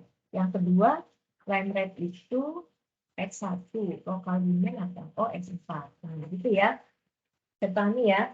Jadi, signifikan atau enggaknya suatu variabel itu tergantung pada apa yang tidak ada di dalam model. Sebagai contoh, kita akan mengecek A0 beta 3 sama dengan 0 atau tidak. Tapi dia signifikan atau enggak sih variabel X3. Nah, ternyata kalau di dalam modelnya itu sudah ada X1 dan X2, ternyata beta 3 itu important. Tetapi kalau di model itu yang masuk adalah X1 dan X4, ternyata keberadaan beta 3 tadi itu tidak important. Dengan kata lain, in other words, ketepatan atau kebermanfaatan dari suatu variabel regresor, ya, dari tadi ya, X atau beta tadi, itu seringkali bergantung, depend on what regressor, bergantung pada regresor-regresor yang sudah ada di dalam model. There's a full scale model building, ini sehingga proses untuk pembentukan model yang penuh itu tidak dapat dilakukan secara efektif dengan menggunakan uji sekuensial, kecuali apabila mereka itu digunakan secara harmoni dengan ketepatan pemilihan urutannya, ya. Nah, tapi urutan-urutan ini tentunya berdasarkan subject matter. Ini tentunya pertimbangan ahli, ya. Biasanya ya, ini urutan-urutannya itu apa dulu sih gitu kalau mengecek signifikansi ubah-ubah ini, ya. Itu biasanya sih udah kalau ya orang-orang yang ahli di bidangnya, di bidang yang apa yang kita teliti itu biasanya dia paham gitu ya. Ini variabel yang paling penting itu ini gitu. Ya, dia bisa menentukan urutan-urutannya. Sekarang sebagai contoh ini ya, ada kita akan mempelajari ya ini suatu penelitian, jadi apa ya, ukuran cumi ya, ukuran cumi yang dimakan oleh ikan hiu sama ikan tuna. Nah, itu tergantung kepada apa sih gitu ya, tergantung pada karakteristik dari ini ya. Jadi ubah-ubah penjelasnya, regresor-regresornya ini adalah karakteristik yang ada di ciri-ciri tersebut. Mulus atau mulus ya, mulus ya. Apa aja, ada S1 di plan, kedua ini saya kan panjang yang bagian kanan sampai saya dan saya kurang paham ya ini istilah ini, nanti dilihat lagi, ini semuanya diukur dalam kunci. Nah, yang menjadi responnya adalah bobot, ya, bobot si cumi dalam pons. Jadi kalau misalnya si cumi-cumi itu memiliki panjang beak-nya sekian inci, terus panjang wing-nya sekian inci, maka bobotnya itu adalah sekian. Ini misalnya untuk yang cumi-cumi yang pertama lah. Ini bobotnya itu 1,95 pons.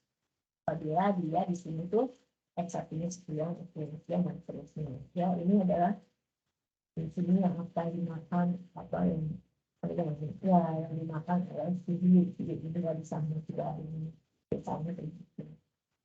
Nah, itu kita sekarang akan, kalau kita punya ini G, kemudian XF ini, coba kita akan pick data kita itu kalau kita fit dengan model linear, yang Y sama dengan beta 0, beta 1 plus beta 1 F1, plus beta 2 F2 dan beta 5 plus error gitu ya, kita mau pakai model itu tuh. Tidak model tersebut itu dengan data yang kita punya. Tentu kita ini menuju pada ini dulu kan, secara simultan bagaimana, secara keseluruhan beta kita apakah sama dengan 0 atau enggak. Kalau misalnya beta kita sama dengan 0, ya itu berarti ada model yang tadi, ada model linear tadi kan. Kita harapannya ya tentu secara simultan beta tidak sama dengan 0. Nah, kemudian kalau misalkan beta tidak sama dengan, berarti kan model kita minimal ada satu yang tidak nol kan, beta ini. kita bisa lakukan pengecekan menggunakan tadi uji parameter untuk setiap parameter itu kita coba cek menggunakan sekuensial, kita pakai parsial ya. Kalau menggunakan sekuensial ini diperoleh R beta 0 itu sekian, R beta 0 di beta 1 sekian. Nah, ini tadi gimana cara dapetin ini, dilihat lagi di atas tadi ya formulanya. Bukan tadi yang R beta 0 di beta 1, ini R beta 0, beta 1, gitu kan? Dikurangi R beta 0. Nah, ini untuk yang parsial. Nah, yang parsial tadi dilihat lagi, ini gimana cara ngitungnya, beta 0 di beta 1 gini. Tadi kayak pakai X-nya juga beda ya. Ya, tes. Ini set. Nah, perhatikan ya, kita tanpa ini ya, kita nggak melihat pembulatan karena kesalahan gitu ya. Nah, untuk jumlah kuadrat yang sekuensial ini akan kalau kita jumlahkan ini ya,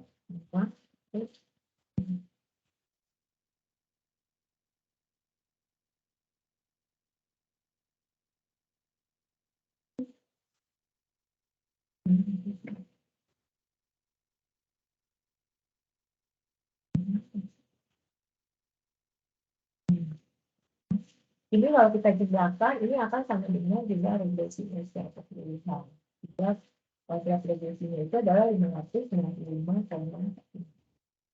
Sementara ini, kalau dilihat parsial, itu dijumlahkan tidak sama ini. Tidak hanya menghasilkan. Ini jumlah kuadrat sekuensial ya, untuk mengilustrasikan tadi, kalau mengilustrasikan sembarang subset ya, secara umum lah, kalau misalnya gambar satunya itu tidak hanya satu parameter, jadi yang sekuensial juga bisa kita gunakan untuk menguji subset secara umum ya. Misalkan kalau kita gunakan untuk menguji H0 gamma 1 sama dengan 0, gamma 1 ini itu adalah beta 4 sama beta 5, maka ini nanti untuk yang di bagian pembilang ya, yang rotor ini pembilang gitu ya. Ini akan berdasarkan pada derajat bebasnya itu 2 kali ini parameter yang akan diuji ada 2 kan, beta 4 dan beta 5 ya, ini dibagi dengan 2. Nah, dengan keberadaan parameter yang lainnya, kita menguji apakah beta 4 dan beta 5 itu signifikan apabila dalam model itu sudah ada parameter-parameter lainnya. Nah, karena kita tadi cuma ada 5 kan, 5 variabel penjelas ya. Tapi kan ini parameternya ada 6 kan, termasuk beta 6. Parameter sisanya itu selain beta 4 beta 5 ya ini beta 5 beta 1 beta 2. Ini kita lihat R beta 4 beta 5 di beta 6 beta 1 itu diperoleh dengan ini. R beta dikurangi R beta 6 beta 1 beta 2 beta 3. Kita penambahannya nih beta 4 beta 5. Ini diperoleh dengan 4,9. Jadi di cek lagi ya, itu yang kita bisa soal. Maka ini diperoleh nilai efisiennya ya 4,9. Nah ini kalau kita lihat apa PCI-nya itu 0,02. Totalnya tadi sebenarnya 4,6. Ini 4,6. Ini nggak tahu banget ya. Tapi dia di sini menunjukkan bisa ditolak ini dengan PCI 0,9. Ya, akan ditolak kalau PCI ini 0,6. Kenapa dengan PCI ini misalnya 0,9. Kemudian implication-nya ini, the implication is that information of not to win and victory in G is useful in addition to the other available information. Ini England tadi sama with ya, with itu tadi B5 with yang B4 itu B4 kan England. Ini nggak England. Panjang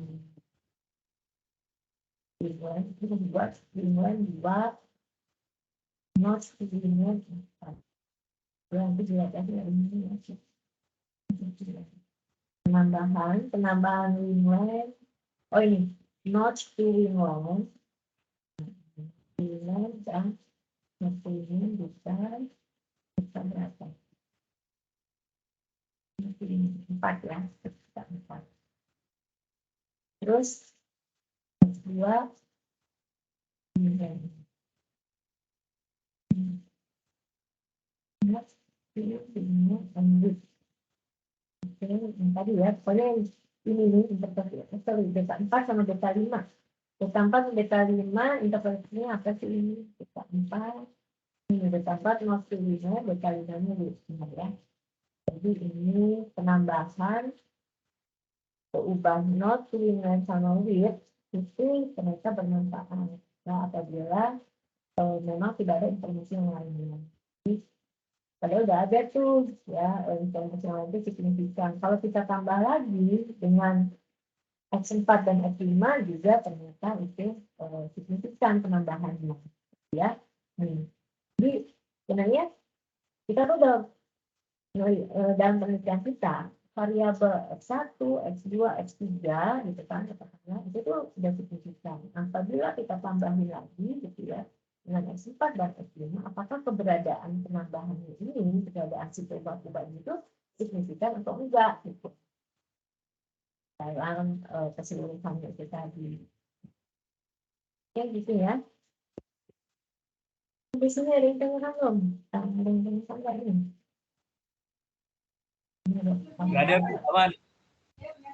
Nggak ada. Ini nggak bisa saya ngomong sendiri ya. Nggak ada, Bu. Ya. Nggak ada, Bu. Nggak ada. Kamu di mana nih, Andika? Di rumah. Apa, Ibu? Apa? Kamu di rumah atau di kampus? Saya di GHA, Bu. Ini GHA. Oh, Enggak. ya. Lagi di kampus aja, cuman rada rame aja, Bu. Di GHA kamu di sebelah mana ini? GHA Di lantai 4. Di Oh, lantai 4. di lantai 4. Lantai 4. Oke ya, jadi ini kalau yang 4.4 ini ada pendekatan alternatif ya, untuk menuju sama, menuju subvektor beta juga. Ini bisa dilihat. Tapi pendekatan alternatif gitu kan. Ini sama dipartisi gitu kan. Yang beta juga dipartisi seperti ini. Yang kita buat ini kita apa? Jam 1 bisa jam 2 itu bisa dituliskan seperti ini, gitu ya, dengan satu-satu khususnya ini, nanti dilihat lagi ini.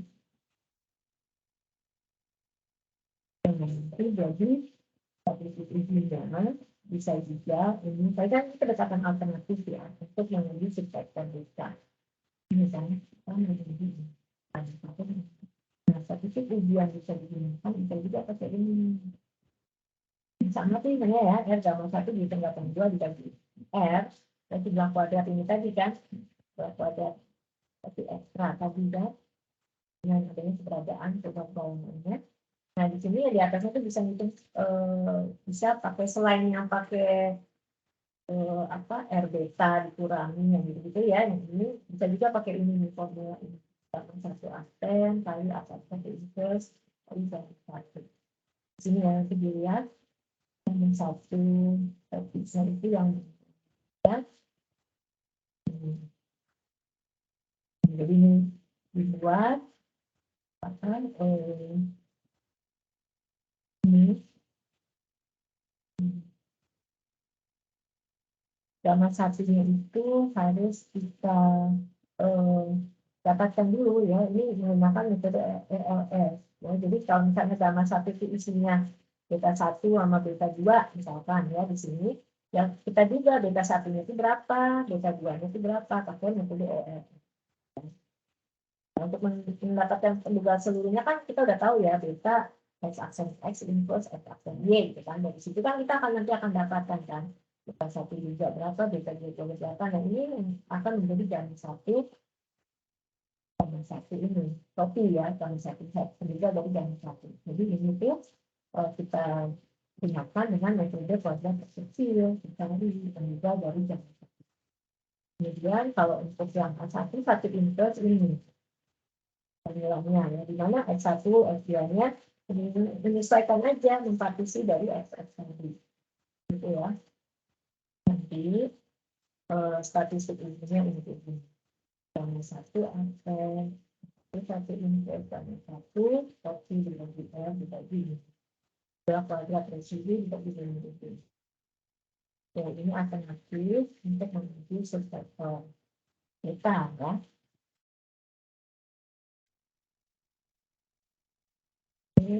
Kemudian ada uji T ya. Nah ini special case kalau gamma satunya itu merupakan sinyal parameter ya. Dari yang tadi ya, dari yang kondisi-kondisi ini tadi, misal ini pakai gamma-gamma ini tadi, gamma satu. Ini kan tadi yang pakai matrik-matrik, kan ya, ini bisa juga dituliskan seperti ini. Nah, spesial case-nya, kalau gamma satunya itu hanya satu parameter, nah, ternyata dia akan menjadi uji trik. Ya. Itu sebenarnya di yang 14 itu sudah belajar itu, atau di regresi sederhana tuh, kalau misalnya Anda diberikan persamaan regresi, diberikan data lah, kemudian ini dibuat dengan model multiple linear regression misalnya. Terus coba cek apakah delta 2 sama dengan 0 atau tidak. Dan ini kan juga tuh di mata kuliah regresi itu dulu ini menggunakan uji T. Misalkan kalau cuma ini satu parameter aja. Nah uji T itu sebenarnya satu siklus dari uji F di mana apa ya? Kalau dia itu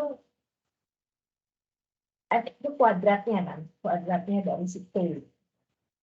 Sekarang misalkan ini ya, kalau kita menguji ini gamma satunya itu sinyal parameter, ini hipotesis ini bisa kita uji melalui partial test ya, di mana bagian pembilang ya di sini pembilangnya adalah ini R beta J given variabel yang lain tidak ada di sini ya. Nah kita tahu tadi dari yang sebelumnya di sini bagian pembilang itu bisa dituliskan dalam notasi ini atau dalam formula seperti ini. Nah, kalau misalnya gamma satunya itu cuma ada satu parameter, katakanlah DJ, gitu kan. Dan ini matriks A satu itu satu bilangan ya, katakanlah ini A satu itu satu konstanta yang diambil dari diagonal yang elemen diagonal dari x aksen x inverse. Maka ini kalau kita substitusi R, DJ, dan seterusnya ini akan sama dengan ini. DJ kuadrat dibagi CJ. DJ kuadrat. Ini tidak lain adalah kuadrat dari T. Nah, jadi ini kan statistik F, ini kuadrat-kuadrat semua nih. Nah, kalau kita akarkan, dia akan menjadi statistik T. Ya. It is the square of the perubahan acak yang memberikan T. Yang digunakan pada bab 3. Waktu di bab 3 kan kita menggunakan apa? Mencari confidence interval untuk DKJ itu kan butuh standar error ya.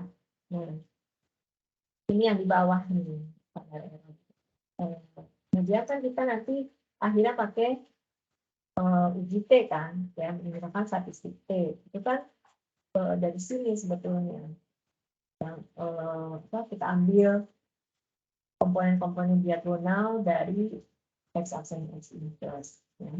Jadi ini harus formula-formula ini tuh sebenarnya kuadrat dari suatu perubahan acak yang berbeda. Makanya untuk menguji hipotesis ini yang satu parameter, sedangkan kita bisa pakai statistik F. Kalau pakai statistik F seperti ini, derajat bebas di pembilang itu sama dengan 1, derajat di penyebut sama dengan ini. Atau bisa juga kita pakai statistik ujinya T. Ya, kalau pakai statistik ujinya T, ya ini T sama dengan DG dibagi, ini diakarin aja lah pokoknya ya. Ini nanti statistik T. As a result of this relationship, the null hypothesis beta J has value 0, ya, jadi kita bisa menguji hipotesis 0 beta J sama dengan 0 atau tidak. Ini can be test via tes atau bisa juga pakai parsial tes ya. Nah, kedua-duanya ini biasanya ditampilkan di software statistik yang standar lah. Nah, UGT ini biasanya memiliki kelebihan daripada F-testnya itu dia bisa diinterpretasikan dalam bentuk arahnya. Jadi kalau misalnya di sininya statistik UGT-nya itu negatif, gitu ya, itu menunjukkan tanda dari beta J-nya juga negatif. Kalau beta J-nya negatif, itu kan berarti hubungannya terbalik ya. Kalau misalnya si XG-nya makin besar, si Y-nya akan makin turun gitu kan. Tapi kalau di F itu kan selalu positif. Karena kan dia kuadrat ya, jadi kita nggak bisa tahu arahnya, arah dari beta J ini.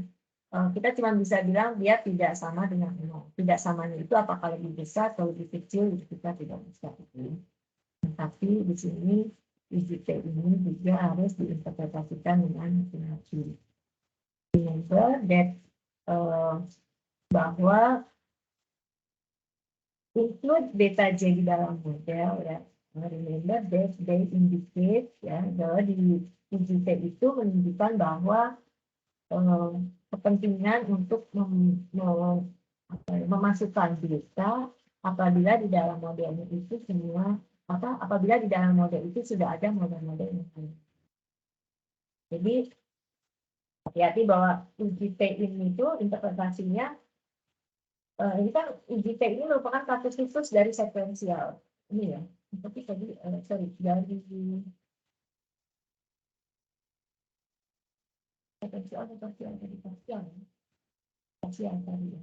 Ini jadi uji yang ini tadi, uji T ini ya, bisa dilakukan pengujian berdasarkan uji parsial atau bisa juga menggunakan uji T.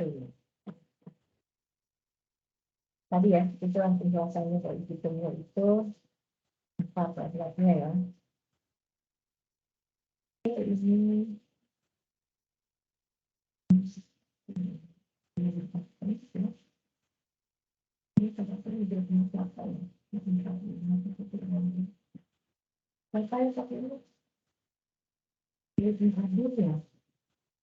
Adun, Rexol, sama Raffi.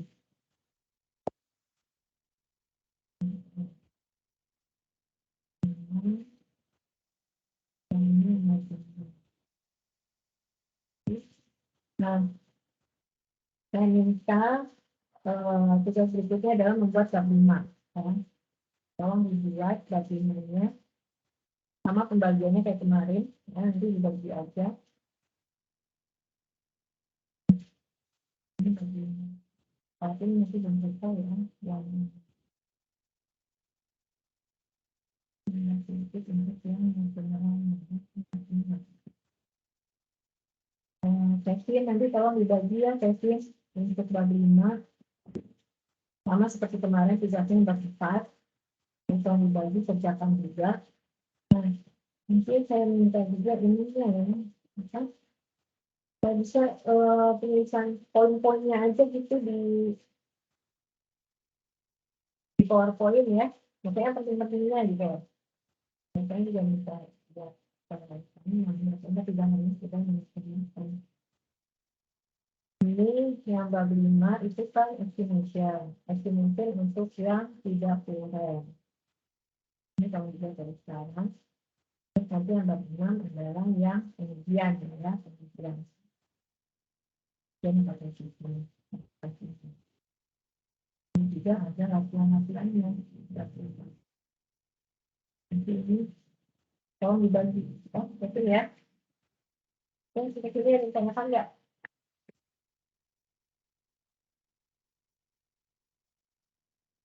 Ada? Cukup ya? Oke, kalau tidak ada yang ditanyakan, saya akhiri kuliah hari ini. Semoga semuanya sehat semua ya, sehat selalu. Assalamualaikum warahmatullahi wabarakatuh. Waalaikumsalam warahmatullahi wabarakatuh. Terima kasih, Bu. Ibu.